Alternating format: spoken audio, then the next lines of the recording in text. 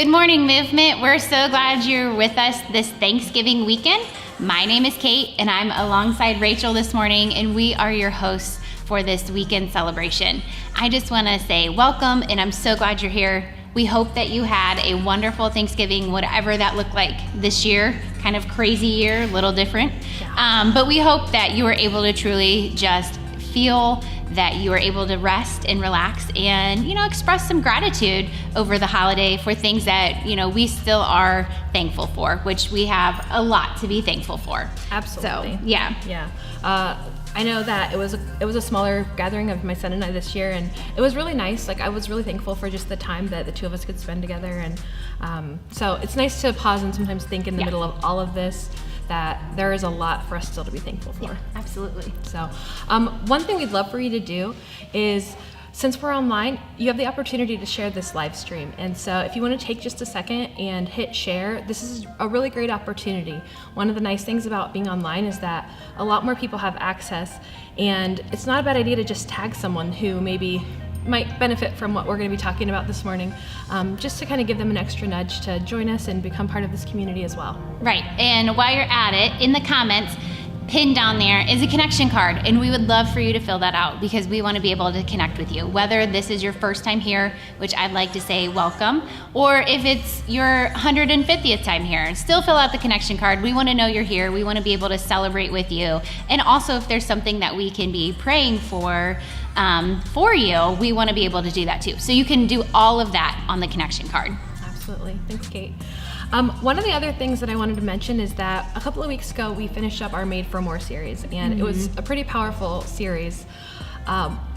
You might notice we're in a different location, and for those of you that are newer here, you might not realize that we've been really focused on a physical location, and so a number of months ago now, we actually purchased the Ace Hardware building in Findlay, and so that's actually where we are. It's a pretty cool space.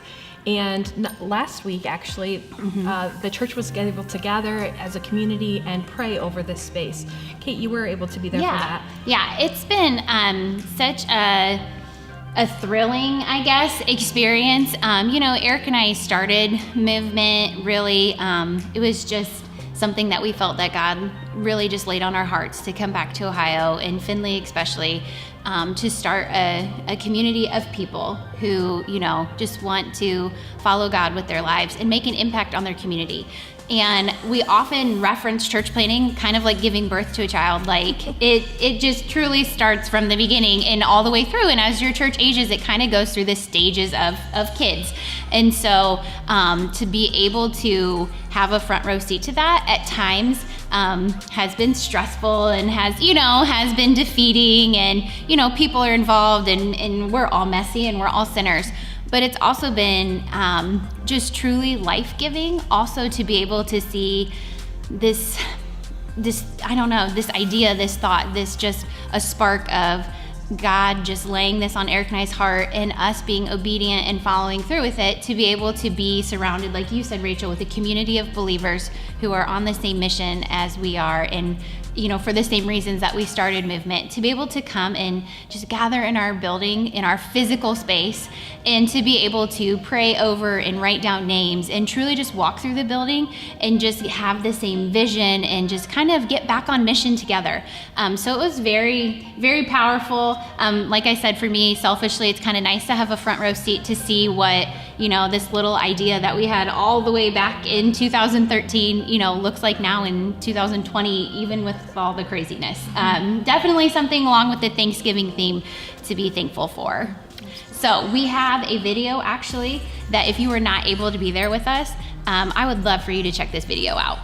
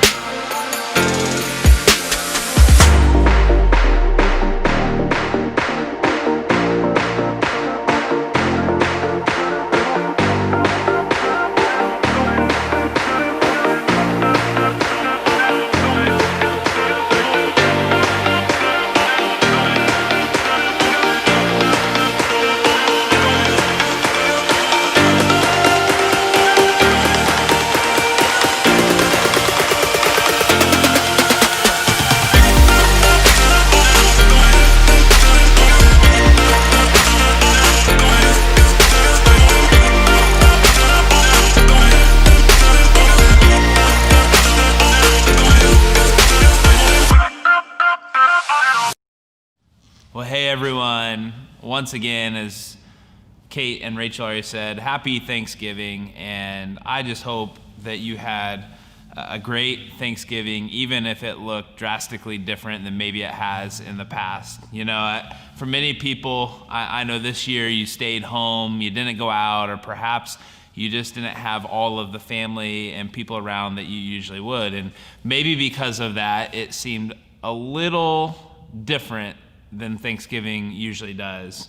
And maybe you found yourself even saying it doesn't even feel like Thanksgiving because people are such a central part of the holiday. Well, for some people, maybe 2020 was a year that Thanksgiving, maybe it was a little bit difficult. You know, you think about all the stuff going on around and you have a hard time finding a whole lot to be thankful for. Your year was filled with major challenges, you know, and just changes, and it's been a tough year. But for others of you, maybe Thanksgiving was truly a time where you looked around and in the midst of everything going on, you just realize we still have a whole lot to be thankful for. I hope that you saw and experienced God in some sort of significant way over this past week during Thanksgiving. Well, today I want to do something a little bit different. Typically for a Sunday celebration or movement celebration, we would typically walk through a series together with My Time. We would take 3 or 4 weeks to discuss a certain topic or maybe a book of the Bible, and we just walk through that together. But every once in a while, I like to just take a week and have a little conversation with you about something that's just on my heart. As for those of you that would call movement your home, I just want to talk to you as your pastor and just share something that God's really spoken into my life, something I feel is just really important for our community to hear. But also, if you're new to movement, maybe this live stream is the very first time that you've ever engaged with anything at Movement. I really hope that just these next few minutes, this family talk, this conversation, I really hope that maybe it helps you take a significant step forward spiritually, that perhaps you've never thought of following God in this way before, and it'll just maybe help you move forward on your spiritual journey. At the very least, you'll have a little better understanding of the heart of movement. And so here's really where I want to go for just a few minutes this morning. As we've been walking through this season really since March, God has just made it very, very clear to me the significance of something in our lives. Now, I'll just say, even before COVID-19, even before that was even a word or words in our vocabulary, I really held on to this belief. I knew it to be true. I had experienced it personally, but the reality is this COVID season has just brought it to the forefront, helped me to understand like never before the significance of what I want to talk with you about for just a few minutes. You know, as we celebrated this week, as we celebrated Thanksgiving, and we experienced the reality that Thanksgiving without people just isn't the same, I just want to talk even more about the power of people. I just want to spend some time talking about the significance of people in our lives. As your pastor, I just want you to hear that we were designed, we were created for community. We were created not to be alone, to be around other people. And, over the course of a few months, some of you have felt disconnected from people in your lives in different aspects. And perhaps because of that, you felt the impact emotionally, you felt the impact mentally, you felt the impact physically. And my guess is if you are following Jesus, or even if you're just searching or asking questions about who God is, you felt the impact spiritually of feeling isolated. As I said, the truth is we were designed to experience life together in community. And I just want to talk about this from a spiritual side of things for just a couple of minutes with you. And I want to just share my thoughts on the power and the impact of people in our lives when it comes to following Jesus. And as I've thought about this more and more, here's what I've been sharing with some people over these last really few months, is that I really believe that the single most significant piece of your spiritual journey is other people. That's the power of people. That if you were to ask me, what's the most significant part of following Jesus? What's the most significant piece to be successful, to be experience this full life, this life of more that God has for us? What's going to be the most significant component of that? I would just tell you, it's people. Now, so often when we think of this idea of being a Christian or following Jesus, if we were to say, what would help you grow spiritually? You would say, why don't you just read your Bible more, or perhaps you just need to spend more time in prayer. And I believe both of those things are so significant. Maybe it'd be attending church or listening to a message, maybe even singing. And all those things have an impact on your spiritual journey. But when it comes to following Jesus, the make or break component is not doing it alone. It's having people with you. In fact, when I see people excited about faith, when I see people excited about taking steps with God, when I see God moving in their lives, there are always people involved in that process. There always are. It's never done alone. And when I see people struggling, when I see people falling away, when I see people becoming discouraged and even just completely abandoning their faith, it's almost always tied to the fact that they're alone. I look in the book of Genesis, and right at the beginning, after Adam and Eve after Adam is created in Genesis chapter 2, we read that it's not. God looked at Adam, looked at creation, and he said, "It's not good for man to be alone." It's not good. And we go to the New Testament, and we see the power of community in Hebrews chapter 10. Let me just read a couple of verses to you out of Hebrews chapter 10 about the power of community. It says, the writer of Hebrews says this, let us hold unswervingly to the hope we profess, for he who promised is faithful. And let us consider how we may spur one another on toward love and good deeds, not giving up meeting together as some are in the habit of doing, but encouraging one another, all the more as you see the day approaching. You see, I just know that life is tough. I know that following Jesus is not always easy, that there's struggles, that there are challenges along the way. And the writer of Hebrews just says, look, we need to encourage each other. We need to, he uses the word spur one another on towards love and good deeds. So we need to help each other move forward.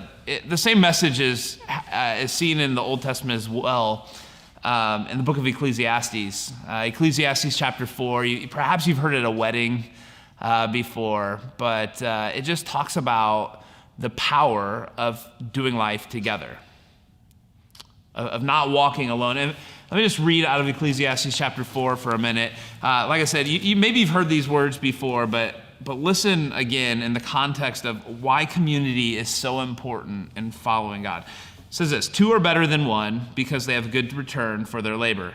Now, perhaps you've heard before that you can get more done together, and that's so true, but the writer goes on, the writer of Ecclesiastes goes on and says, if either of them falls down, one can help the other up, but pity anyone who falls and has no one to help them up. Also, if 2 people lie down together, they will keep warm. But how can one keep warm alone? It says, though one may be overpowered, 2 can defend themselves. A cord of 3 strands is not easily broken. Maybe you can look into your life at different times that someone's been there to pick you up. Someone's been there to encourage you when you're down. Someone was there to help you see life maybe in a different way, and the impact that has. And maybe you've, even in this season, felt the effects of being alone, like not having anyone there along your side. I just want to encourage you in this. When it comes to walking with God, when it comes to the thing that's going to have the most impact on you spiritually, the thing that's going to keep you motivated, the thing that will, the aspect that will keep you engaged, connected, that'll keep you moving forward and taking steps, it really is the power of people. It's having relationships with other people who are following Jesus, that are willing to challenge you, that are willing to encourage you, that are willing to pray for you, and to walk by your side. You know, it's in relationships that we learn how to extend grace and receive grace. It's in relationships we learn how to extend forgiveness and receive forgiveness. It's in relationships that we learn how to love even when it's difficult, even when someone doesn't seem all that lovable. It's in relationships that we learn humility and the power of putting someone before ourselves. And it's in relationships that we follow God best. And so I don't know where you're at right now and as far as walking with people, but I would encourage you to take a step into community with people who are following Jesus. It will be the make or break component of your journey of following God. Well, Ellen, thanks for being here for a couple minutes. You know, we just finished talking about the power of community when it comes to following Jesus, and I know you firsthand have experienced that, and so I just want to invite you into the conversation about the power of community in your walk with God, and how you've seen it change your understanding of who God is, but really just help shape your spiritual journey. And so, hey, maybe just share a little bit, if you don't mind, about the importance that people have played on your spiritual journey. Yeah, I just feel like you can't walk on a spiritual journey without other people. Like, you just can't do it in isolation. And I think that walking in community with people has allowed me to learn how to be more vulnerable and to learn how to do things like ask for help. And I think that anybody who knows me knows that I'm kind of independent and stubborn, and I'm not always good at asking for help. I wouldn't say any of that, but really, are you sure? Yeah. But I think that being part of a community that's pursuing God together has really taught me how to open up to other people and, you know, ask them for assistance in pursuing God, and ask them to help hold me accountable. Mm-hmm. And I think that those have been the moments where I've grown the most. And I couldn't have done that on my own. Yeah, I mean, it's just, you think about all these like spiritual victories that you have, and almost all of them are tied to people. Mm-hmm. There's very rarely do you look at and say, man, this was just me and God. Very rarely. It's almost always other people. So much so, I think about your story of just your role at Movement as far as you lead a huddle, which is a small group of 3 to 5 people that are really just following Jesus together, and you lead a move group. And I think about some of the relationships that you've had, and you've gotten to like walk down that road with people and celebrate victories with them. Talk about just the significance of getting to be a part of someone's baptism or something along those lines. I mean, what does that feel like to know that you're playing a role on someone else's spiritual journey? Right. I mean, that's exactly what God calls us to. He calls us to be image bearers of Him, and in doing that, He calls us to walk with others. And so getting to experience that, it is really life-changing, because it does widen your perspective. It shows you that it is about so much more than just yourself. Right. And to be able to see someone who's kind of in the beginning of their journey, looking for someone to walk with, and to be that person, just to help them as they search for God, and to see them then impact other people from there, to watch that kind of, I guess, domino effect to a certain extent. Yeah, and that's to see them, then take steps into leadership and discipling other people. And you just think about, we don't ever get to see the full impact of what that looks like in this life. Like we won't Right. see that until heaven. Right. But yeah, it's just pretty powerful. You think about, the impact that you have on one person who then in return is walking with other people, and it really is kind of a exponential, it multiplies and builds and builds and builds. Hey, I don't know what your thoughts are on this, but I always, one of the hardest things for me to watch is someone that has community and then steps away. Because when that happens, you can almost, you know the writing's on the wall, right? Like as bad as that is, and not the writing on the like, well, they won't be the writing of, when we walk away, it's usually out of maybe, whether that would be out of guilt or out of shame for something going on in our lives or whatever that may be. Hey, talk about the power of maybe just people understanding that it's all right to be broken in community. Absolutely. Yeah, like I mentioned earlier, I think that community has taught me to be vulnerable. And in that, we just learn that we're all broken, and it opens the door for other people to then be vulnerable with us. And I think that, the moments where I've been able to tell someone that I need them to hold me accountable, or I need them to, speak truth to me when I can't see it myself. I think one of the most powerful things is to see a leader model that for other people. When I've seen leaders be vulnerable and express their brokenness and express their need for God in that.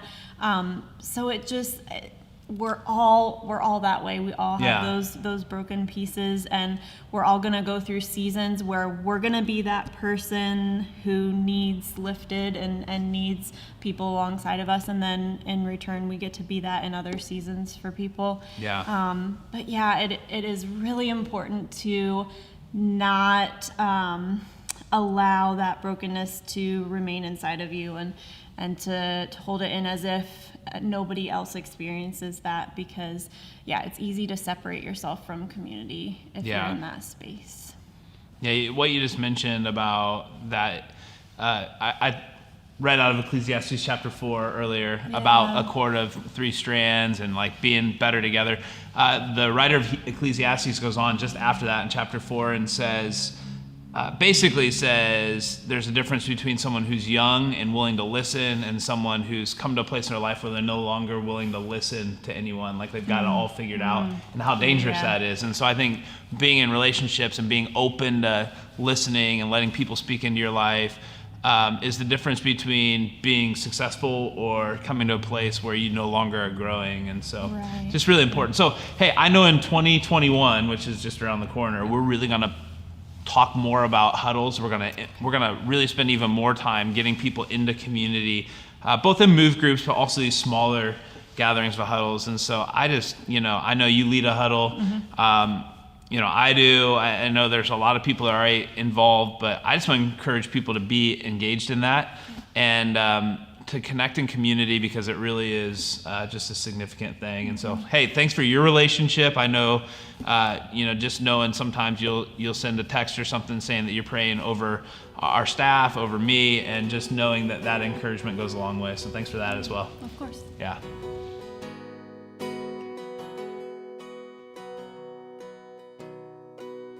You are matchless in grace and mercy.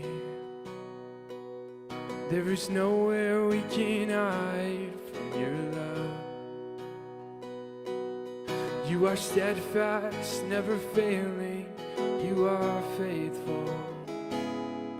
All creation is in awe of who you are. You're the healer of the sick and broken. You are comfort for every heart that mourns. Our King, our Savior forever. For eternity we will sing of all you've done. For eternity we will sing of all you've done.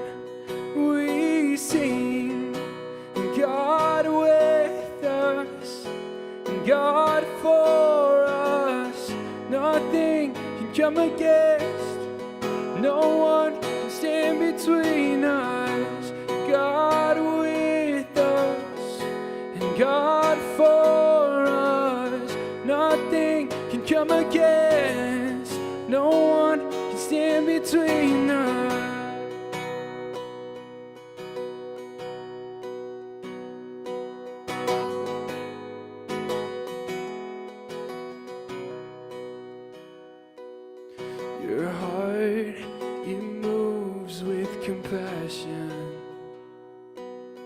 There is life, there is healing in your love.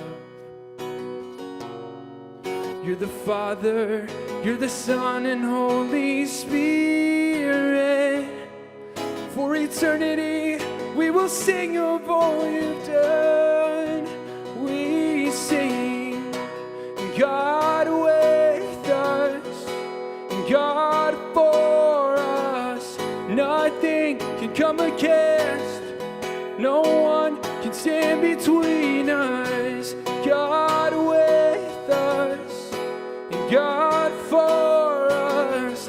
Nothing can come against, no one can stand between us. Nothing, Lord.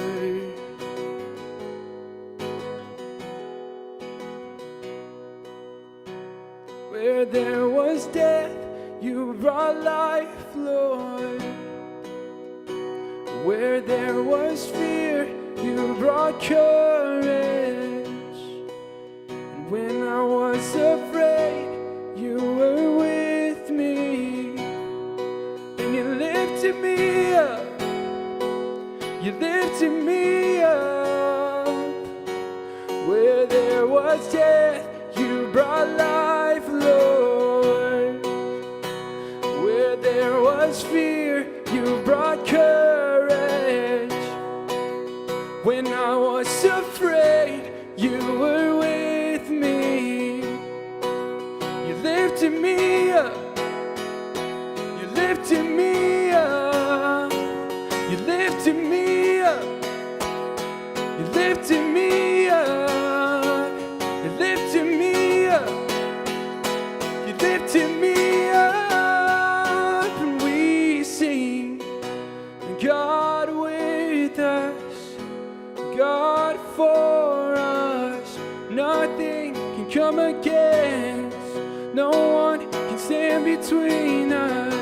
And God with us, and God for us.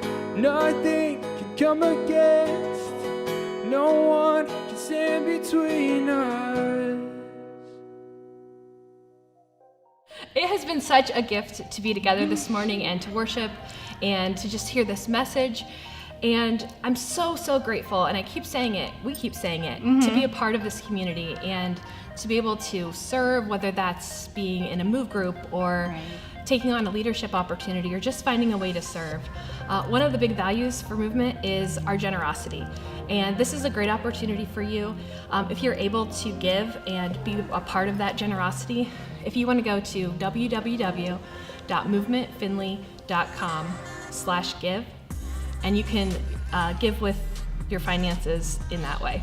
Yeah, that's great. And we definitely appreciate everybody with their generosity, with their time, with the building. You know, we have a lot of opportunities to give of time and also resources too. So we are just, like you said, very grateful for all of that. Also coming up in next week, we are starting a new series, and we're going to be kicking off the Christmas season with a new Christmas series called "You'll Shoot Your Eye Out." So I'm sure that's going to be wonderful and fun and help in a really good time. So catch us next week online for the beginning of our new Christmas series. And then the following week, December 13th, we are going to be back in person meeting at Owens Community College. We had a great time last month being able to do that. We got a little interrupted with a thunderstorm warning and some high wind, but it's 2020, baby. So par for the course. So come join us December 13th at Owens. It's going to be another great time. It'll just be nice to be together community-wise right before Christmas. So that's it for today. Thanks for joining us. We hope you had a wonderful Thanksgiving. And Movement, go and be the church.